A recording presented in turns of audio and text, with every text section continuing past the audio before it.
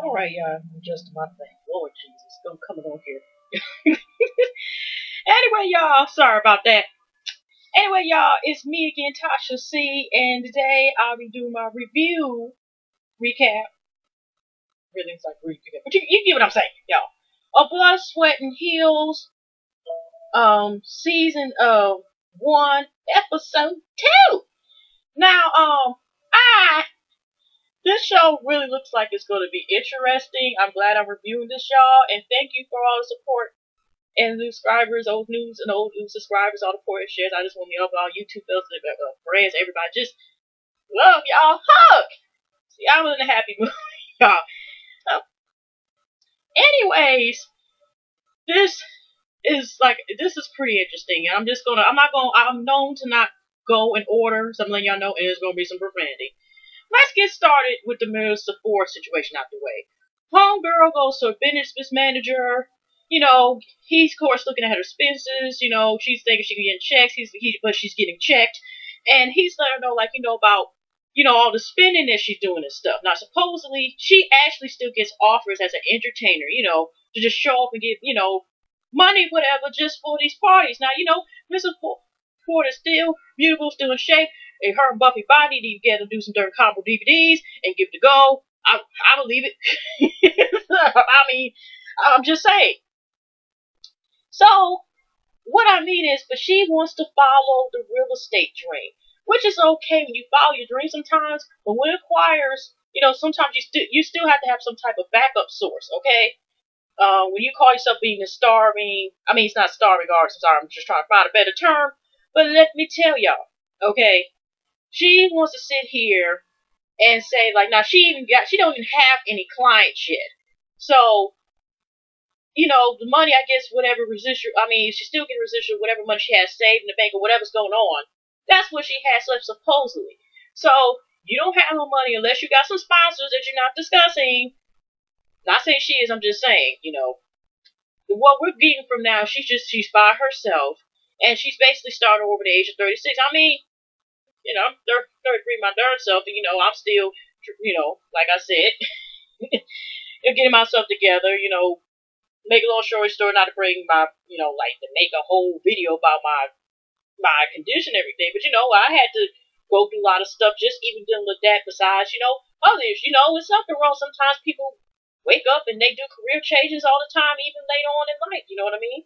So, but what I'm saying is, in Miss Melissa Ford's case, she had overspent some party, which is saying she was overcharged in the bill. And like I said, he's basically telling her, if you get broke, I ain't gonna keep working with you no more. In other words, you ain't gonna have the money to pay me when you get broke. Bye bye. Okay. But like I said, he's basically telling her, you should go back to doing that. She doesn't feel her heart is into it. But at the same time is, sweetie, if you want to still live with these dreams of dealing with honey baked ham and caviar and stuff, dreams, whatever case is, you're going to be eventually down to ramen noodles and spam by the time you do this if you don't get your financial stuff right, okay? I'm just saying, prettiness only lasts so long, alright? So, let's hope she gets it together. So, we have Geneva. And do y'all notice this? Is it required now with Bravo shows to have mostly African American black characters? This is the 4th show that I see. Meredith Madison. Real Housewives of Atlanta since last year, beginning of this year, whatever, right? Then you got the tank. If y'all seen, oh sorry y'all, this thing might be freezing a little bit, so my voice is a little bit off, y'all. I can see it's freezing, but I'm already going, so bear with me, y'all. But we got also Thick in the Water, and then now we got this show. Is it required now that somebody, or at least one person, when they go for casting, is from Detroit? Is it something about Detroit? You were originally born here and stuff like that. I'm just saying, I'm noticing that I'm here. Geneva's from Detroit. Kenya Moore's from Detroit. Anyways, Tatanka's half of them, or majority of them, were mostly from Detroit. I think all of them were. That's how they met, was in Detroit. That heifer that was Carrie's, Igor and shit, a yes woman and stuff, and Meredith Madison, she was also one of them. She was, the one who came from Detroit that was married to No, he wasn't psychotic. What you get what I'm saying is that required? Do I have a chance if I want to say make a fool out of myself? Because let's be for real, that you get the most attention if you make a fool out yourself. The way this reality show goes, I damn sure won't on them personally. But it's a requirement that you come from Detroit. I'm just noticing that like I guess I have a better chance based on the fact number one I'm from Detroit. I'm just saying I'm noticing with Bravo, you have a good chance. And one of the requirements now is that there at least has to be one cast members from Detroit. I know that's just me, y'all, but yeah, I'm just noticing that they keep coming from Detroit. And so, anyways, now we have her. She's talking to her mom. I wish I would be her mom because her mom seems like she's cool as heck. She's talking to her, through a computer, like some type of Skype or some other software. Because she's like a fashion and I think food like expert consultant, and she's not a blogger, but she just writes articles, so she's not technically I guess a blogger, but more so a cross between like a journalist or something, I think. And her mom's basically saying like wants her to do a 9 to 5 with benefits and stuff like that, but even it's like this, mom. She's basically still got to pay for student loan. Her mom's just worried about what's this going to be in the future, having just future secured and everything else. Hopefully get yourself a husband, give me some grandbaby type of talk, and then bring it in, making sure you keep yourself pleased and stuff like that. Because like I said, her mom is something else, and she's just like, she got a student loan still to pay back. Salary may be on your ass. I know I'm still going to school. I know I'm student loans going. So she's just again, she, bring up this thing with Demetria. I hate to see if she actually put their names in because the way that they're so defensive about the situation, you would think that it was actually their names and they would bluntly talk about like their names, okay? Even though when you're not be saying or could be say subliminal, it's just the way that they went about it. It's like, how would people know? I mean, yeah, they could say probably know about it now since it has something to do with the show, but at the time being, it's kind of like the way they're just going about it, like she made it very blunt how she felt at the thing to like 95% of it. So, in other words, why would it be a big deal about how she said on the thing? And supposedly Demetria and both Daisy, which I'm gonna get to that help in a second, right? Know her. They know how she writes about life, and people know how the way she is. So they seem to be very surprised and about even her personality, how about she feels about things. They seem shocked. Okay, so we got the next scene, I think, or something. Bree ends up talking to Demetria on her own about how she felt about it. She felt the whole article was about her, even though it was no name. But I mean, it was no article, but she decided to personally talk to her, and she kind of revised a little bit what she said. She was kind of like, she do feel that women can be strong too, but she was also going by the fact that she was just like this. Women can be strong, be leaders, but she knows that she's, her family owns like real estate, got like a nice business or stuff where she comes from a prestigious privileged family. And she's just basically saying like, now it's like, I do believe women can be strong, but still men they usually are still by the side of men, not men being the side of them. You get what I'm saying? Kind of like they're still front and center and, still have the keys to everything as far as like ruling the world, so to speak. You know what I mean? So, anyways, she was trying to come from that thing. And her and Demetria was like, okay, we did disagree, but we're cordial, we got through this, you told me how you felt, and we'll just go from there. Oh, y'all, forgive me, y'all. I don't know why this thing is I'm looking at the camera, y'all, and it looks like it's sticking a little bit, so bear with me. And so, we got, the next scene it is, we got, of course, Maka. What was this thing is? I don't remember Maka. She's up here. Oh, no. Maka doesn't really appear. Rissa Ford talks to her boss. And she's talking about, supposedly, that she wanted to talk to, I think her boss wanted to talk to her. She's basically like, the real reality is, you're starting from the bottom, literally, now. I know she was trying to bring in about, the clients or people that she knows and stuff like that. But she's like, there's been people, her boss like, there's been 7 to 10 people, 10 people who, or no, they've been here for 7 to 10 years and earn what they got. Like, you don't get no favoritism and think like the job's supposed to be that easy. You have to work to get what you want and work hard for it. She's sitting there with her darn stilettos and stuff. And she was like, learn to wear your boss like learn to wear flats and stuff like that. You know what I mean? Or basically learn on like, this real estate stuff is just not some easy thing what you think it is in order to start getting commission checks, stuff like that.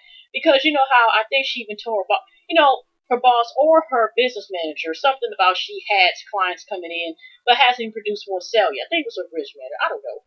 But it's just that the real reality is, hon, you don't want to sit here and do his appearances or you're sick and tired of being anything associated with the entertainment business at all.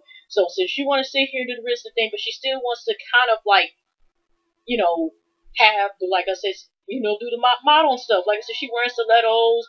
And, she talking about, fashion, this thing about being fashion before comfort type of thing. Okay, then, when your feet looking like a molten gangrene and stuff because you got 5,000 corns and stuff on it, go right ahead. But you wanted that fashion, okay? So, she goes over to Makers to talk about the situation. Making, of course, Makers probably on her 5th bottle of wine. She's trying to feed Waukee some darn wine, stuff like that. Not feed, but have him share with him stuff, okay? So she sat here and basically Melissa went to vent to her about the situation now with, how she felt about the job and how she's distressed. And Maka originally was selling real estate, I guess, when she lived in New Jersey, and she kind of like, she did the transition at the right time as far as like going from model into going to model agency. And, herself up there, but she was just trying to, like, lift, Melissa's poor spirits up. And so, let's get who else out the way. Like I said, Neva doesn't come back, because the big part of this episode was Maka's dinner, also known as, for some of the dinner guests, the confrontation of Demetria and her block. Now, I want to point out Daisy in her fuckery, okay? Her new name will be now at times, or I'm going to give her a new nickname, y'all. Because Daisy is not just going to be that, y'all. Here's her new name. Dandelion or Dandelion Weeds, okay? Because Daisy, half the time, you don't act like your name, okay? Daisy is a beautiful flower, and she ain't nothing but a damn weed. Sometimes you just want to get rid of and spray and get rid of and go away, okay?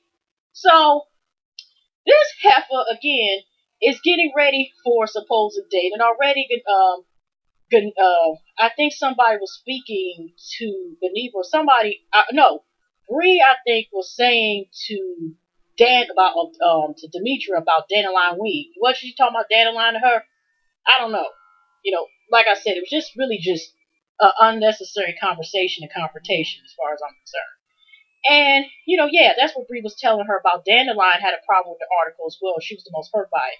And Demetria was like, ain't she the one who had the microphone and made this open discussion? Yeah, I seen that too. I had my darn Fisher Price, whatever the heck that ran the microphone is in my hand, and she was sitting here doing the same thing. And, want to sit here and make it seem like it was a personal conversation, but yet she had it basically an open seminar, okay?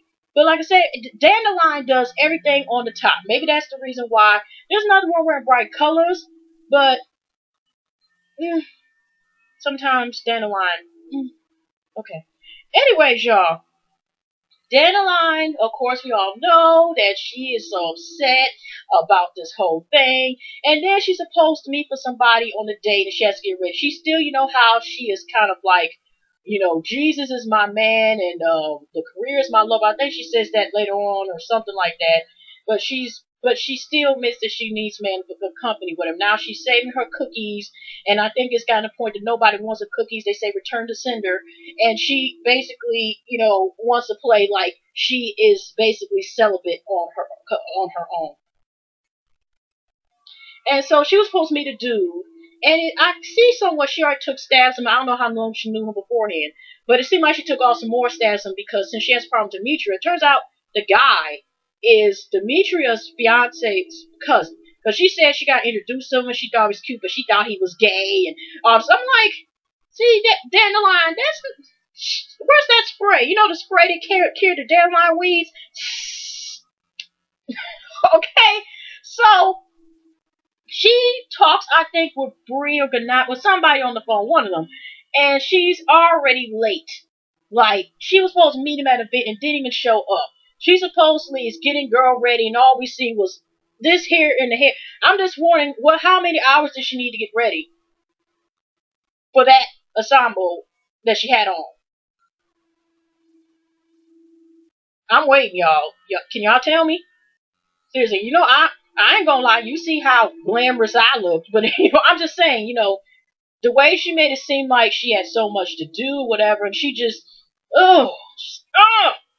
So, anyways, Dandelion goes to meet Jason, and he's actually irritated. You can already tell it's gonna be the date from hell, right? And Jason is already fed up on her because she was late and didn't show up and whatever. And maybe they already, you know, might have been some stuff that occurred that we did not see, you know, in the filming. So basically going off, they just have, you know, just like the irritation. She's just like, you know, oh, it was kind of like a confusing conversation to a certain point, only because, you know, she's just like, you know, you want to understand, and, you know, why are you so mad at me, blah, blah, and Jason's just like, okay, you don't even want to know what be bothering me, stuff like that. You know, he basically making the scene, paraphrasing, he was sick and tired of mess. She seemed very irritated, you know, just like she's all about herself and blah, blah, blah. And you know how Daisy want to sit there. You know, didn't that pattern of that dress that she wore look like, remember when biker shorts used to be popular and they use all them patterns and stuff? Because I know I had a pair of biker shorts when I was little, and, you know, and that cute dress, I'm just, the first thing I thought was that dress she had. So, make a long story short, Jason was basically irritated with her. Because, like I said, going back and forth what she was saying, I was kind of tuning out because Dandelion was getting on my damn nerves. And they end up getting the food, and as soon as the dude got his food, y'all, the food just fell. She's thinking it's karma. You know, she started talking in the confession like he's on his period. I don't know why he's acting like that and stuff like that. But like I said, I mean, I couldn't stand to see that. But then just happened in between there too, y'all. She decides to bring up like she also was upset, or the excuse of why she was quote quote acting funny. Girl, it don't take much. You breathe and that's acting funny, okay? So she ends up sitting up here and talking about bringing up, now, like he said, I think he said a comment about, you know, don't put me like I'm your worker and stuff like that and bring it up to, you know, Demetria, you dress that with her or whatever. Because she gonna bring up, you know, somebody wrote about me, made me very upset. And he's like, who? Demetria. And, you know, my thing is, to me, she just wants to start stuff, and he does have not anything to do. Is that why purposely you also late also? Because you're going to take out of him because he knows Demetria, and you're looking at Demetria and Warner's supposed to kiss your ass? Dandelion gone. Anyway, so after that scene, you know, like I said, his food failed right after then. She's trying to say it's karma. I think the way the place was set and blah, blah, blah. He probably was actually, because, you know, I first thought, because as soon as she said, how do you like your food and stuff like that over in Jamaica, I rewinded it because I first thought that maybe the heifer might have pushed his stuff, because, you know, she just seemed like one of those type of people nagged it enough and it fell in his lap. But, you know, he ended up sharing the plate with her, and he's something, you know, about it. She ended up paying for the food and she was crying because he was just basically could tell they didn't get along. This person is over it. Blah, blah, blah, blah, whatever, next scene. Because, like I said, it was just so irritating, you know. She wanted to start crying, but basically he was just letting her know, like, she don't about herself and everything else. So, let's get to the last big scene. And I noticed the thing about they were setting up this party, and, you know, at least at first it was only three, I think, was the only one there. And, you know, and besides the chef and Mecca and, you know, of course, Terry, manservant. So, he makes this special drink called the Truth Seeker. Mecca does drink because, you know, she loves her wine. And Brie gets the stuff. If she felt uncomfortable, she could just say, no, thank you, or I'm not drinking today, or something like that, or whatever. But when Terry gives a drink, I don't usually take drinks that I don't know about or not seen before. And some comment like that, I don't usually take stuff I don't know about. Then don't drink it. Just don't drink. So I'm just saying she comes from a privileged, she had to bring up in the confessionals, then she comes from privileged family, blah blah blah, but she's sheltered girl gone by. So anyway, if you feel that shelter, what you being on the show, you obviously want to get some type of exposure. You signed the contract. So what I'm saying is that you got first I think Marissa Ford comes in, then Ganeep comes in, and they're having this talk. Marissa Ford is basically now I'm starting to feel I'm still kind of in between about her, whatever. But she's telling her to call her out because I forgot to mention in my last review that Ganeep said at the end when she was talking to one of them, and towards the end once they seen that blog about how she knows for a fact that, here she talking about Demetria talking about, about if you're snooping, what you with this person for? You don't trust the person, right? So she claims that she knew for a fact. So I'm thinking like flat out Demetria had told her in confidence, like I checked him and that bitch, one of them type of things, right? So we're at the dinner table, and as soon as Demetria arrived, because that's coincidence, she was also the last one to appear at the table, right? And they have this prayer makers already, the church, just extra happiness and everything. And she's doing this prayer like, Lord, thank you all for this food. And thank you for Rocky because his fur is so shiny. And if you don't like it, that's you. But see, like I said, it's quite a character, okay? So as soon as they do that, couple seconds for, because like I say, after I think Demetria came based on the editing right after Geneva and Marissa Ford had that talk. But yeah, she did was coming in because Miss Ford said bring it up in the table because she already knew it since like it was going to be some stuff coming because I already mentioned, like I said, that there was going to be a confrontation. Okay, so in other words, around that time, as soon as Mika does her prayer for everything, here goes Dandelion. Even though I don't wish everybody go to hell, even though there's certain people who don't wish me well. Demetria, can you tell me about that? Because I feel you don't wish me well. And Demetria's like, and some of them said table like, we gonna confront, we're gonna slide in and stuff like that. And of course, Demetria defended herself like, okay, you felt offended, and here I think, of course, Geneva gonna say on the sidelines or whatever too, whatever. I don't know why I felt like the way she was trying to come at Demetria that she was gonna remind us all that she also comes from Detroit too, because she was kind of getting a little bit hyper, like she was gonna do something type of thing, and. So, Demetria let her know, like, okay, and that's the way I felt, whatever the case is, don't start here. The advertising ain't even out yet, and you sitting here trying to start something. No, I'm not. Why you just, why? What are you thinking like that? But, you heard people, something like that. Then she go in confessionals, like, why she just won't fess up to that she said this and this and hurt people? She don't have no compassion. Shut up, Deadline. So, yeah, anyways. You got back and forth. This and when Keneva comes in, then Mecca was like, I don't care what you put on about me as long as it's true. And Demetrius like, you felt good about that too, but, and she's just like, yeah, because, I had a reason to snoop. I mean, I didn't just snoop just because I had a reason to snoop, but at the same time, the situation was already put out there that you never went to this dude's house. I don't know how long they were dating before them, but just like, girl, go drink, sip another drink or something, or play with Rocky. Show me your fan or something. And did y'all catch that? How Geneva, when soon as she come in, was talking about makeup, was giving drag queen teens and had, tacky, had a tacky wear on or something like that. Like I said, Geneva, her and Daisy, I can see why they get along. I'm starting to see that now. At least right now, Geneva's kind of, I can see why her Daisy / Dandelion get along. And so, after that, Demetria was spinning herself, but Brie did bring this. She was like, you know what? Even though I had a problem when it was about me, we already discussed it and disclosed it. Y'all could have just went ahead and discussed this one-on-one with her if y'all had a problem instead of doing what y'all did. And so Demetria, which I guess she already knew some stuff was going on, because previously before the whole scene, she already was talking with her boyfriend, and she already knew based on she was saying discussion about Brie and how Dandelion had a problem so with the article. Whatever, that she was gonna sit here. You know, she kind of probably sensed something was gonna go up, and her boyfriend, her fiance, was teasing her like, you know what, you want me to send the people? See, she's like, no, it ain't even that darn serious about no dirt beef, something like that. I'm going, I ain't got time for that mess. And she was basically, you know, he was already outside the car, so either he was already outside, she was gonna be there long, or as soon as Daisy said that first word, she probably already was texting for him to go. And you know, Demetri was like, I had an early flight and I'm about to leave. My break is already up there. And you know, did you know so they could maybe say something like, "Well, go back to Brooklyn." Now, some of the somebody made a comment last time about folks. I forgot your name. Sorry, y'all. Sorry. I'm so sorry. But she was making a comment like, "Did you notice how many times when they complain about going to Brooklyn?"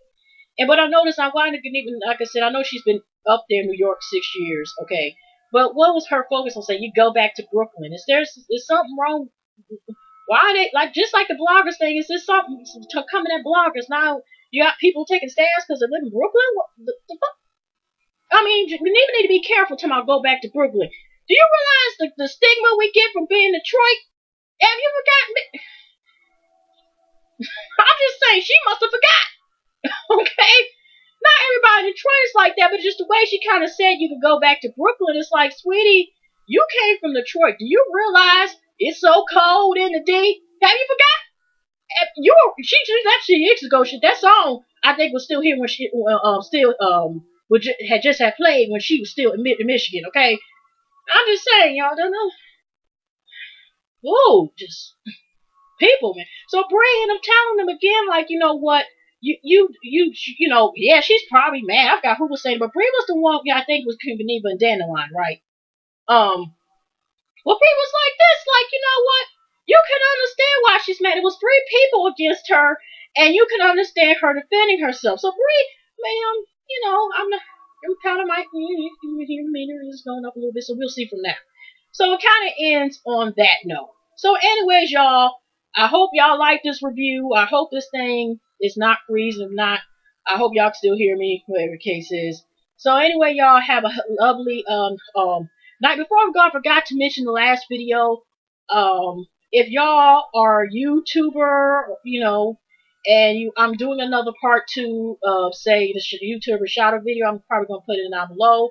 But on the 26th, if y'all can, you leave in the comments below if y'all have a channel, and as long as y'all talking about, you know, anything, you know, negative, you know what I mean, like, you know, there's a 9.9 times out of 10, I'm gonna make sure I shout your channel out so I get it out there. I ain't no big YouTuber, but I just like helping, you know, show support. Okay, so please let me know, and I might put it up, like I said, the end of this month or sometime beginning of February. I ain't gonna give no exact date because, you know, I ain't gonna sit there and lie to y'all. But other than that, y'all, I'm probably not gonna put. I mean, I already know it's like already past 1 hour. Excuse me, y'all. Me doing this, but yeah, I'm probably not gonna put the Real Housewife of Atlanta until tomorrow or tomorrow night past midnight, knowing me, with the Love and Hip Hop. So I hope y'all, if you haven't already, check out the Real World Review. Yeah, that's gonna be an interesting show. Yeah, so that's the only other video I did tonight, y'all. Well, y'all have a pleasant week, a pleasant day, and a pleasant night, and I'll see y'all all in the next video. All right, take care, y'all.